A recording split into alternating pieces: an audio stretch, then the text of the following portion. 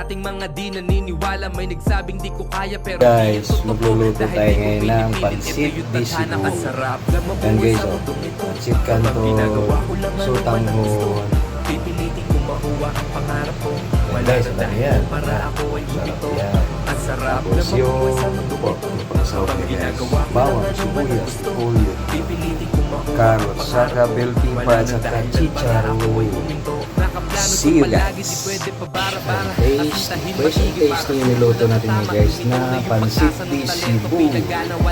Pansit di Cebuano. Yan guys, oh.